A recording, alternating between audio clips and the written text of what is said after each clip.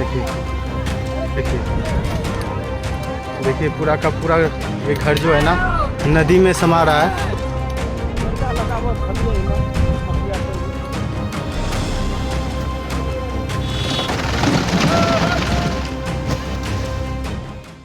भागलपुर के नवगछिया अनुमंडल से एक और दिल दहला देने वाली तस्वीर सामने आई है। इस्माइलपुर बिंद टोली का बांध एक बार फिर गंगा में समा गया।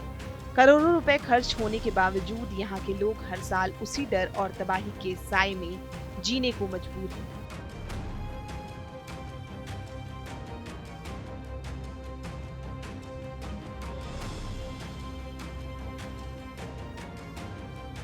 गंगा का पानी सिर्फ खेतों और घरों को नहीं बहाता, ये लोगों की उम्मीदें, उनका चैन और उनका भरोसा भी अपने साथ ले जाता है। दरअसल इस्माइलपुर बिंद टोली बांध का 120 मीटर हिस्सा ढह गया।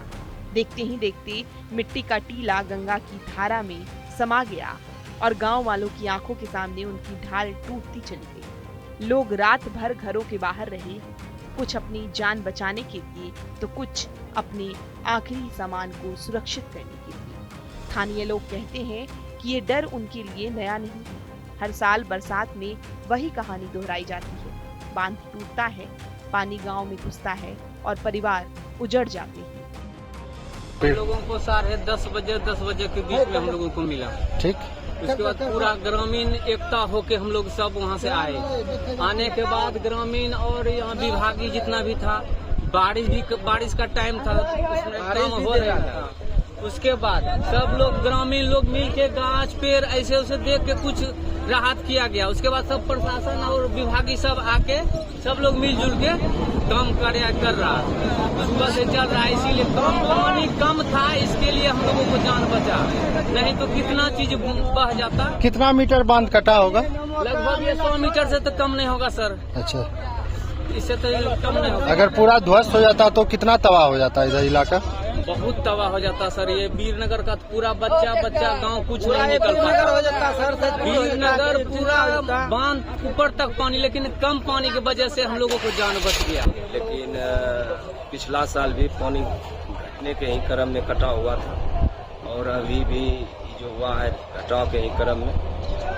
कौन सा जगह पर ही कटा हुआ? ये 7 और 8 के बीच में। 6 और 7 के बीच। नहीं 7, 8 और 8 तो सही है। 7, 8 के बीच में वीरनगर से आगे जहाँ की मछली आड़त था, उसी जगह मछली का जो आड़त था सब कट गया। कुछ घर भी नहीं, घर उर तो नहीं था इस जगह। एक तो सिर्फ मछली आड़त था, चदरा का बना हुआ था, उसमें व्यापारी लोग अपना जीवन यापन कर रहे थे।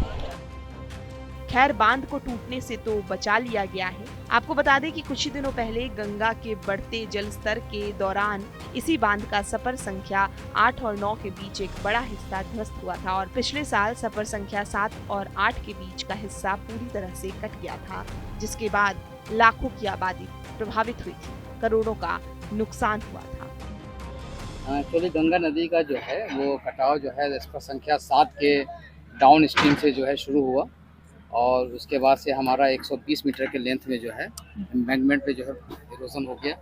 लेकिन हमारे सारे इंजीनियर्स क्योंकि सतत निगरानी कर रहे थे तो उन्होंने जो फ़ौरन ऑब्जर्व कर लिया कि यहाँ कटाव की टेंडेंसी है, तो फ़ौरन हमारे वहाँ आप जैसा देख रहे हैं कि मटेरियल्स वगैरह का रात में से ही काम चल रहा है और हम लोगों ने बैक शिफ्टिंग करते हुए पूरे एम्बैंकमेंट को सुरक्षित कर लिया है। हमारे इंजीनियर्स का हम ये सराहना करेंगे कि वाकई उनकी पूरी मेहनत जो है काम आई है और आज हम एक ब्रीच होने से हम लोगों ने इस मतलब बचा लिया इस स्थल को। ये तो कोई बहुत बड़ी दुर्घटना हो सकती थी। तो रात से काम जारी है। ये रात से कंटिन्यूअस काम जारी है। जिस वक्त सूचना मिली 11 बजे के करीब में, उसी वक्त से लगातार काम लोग कर रहे हैं और अभी स्थल पूर्णतः सुरक्षित है। पिछले साल जब लाखों लोग प्रभावित हुए थे तब सरकार ने 35 करोड़ से ज्यादा खर्च करके फ्लड फाइटिंग का काम कराया था। लेकिन सवाल वही है कि जब हर साल करोड़ों रुपए लगते हैं तो बांध क्यों नहीं टिकता? किसकी जिम्मेदारी है वो आंसू, वो बेघर बच्चे और वो सपने जो गंगा की धारा बहा ले जाती है? भागलपुर से TV9 के लिए शिवम की रिपोर्ट।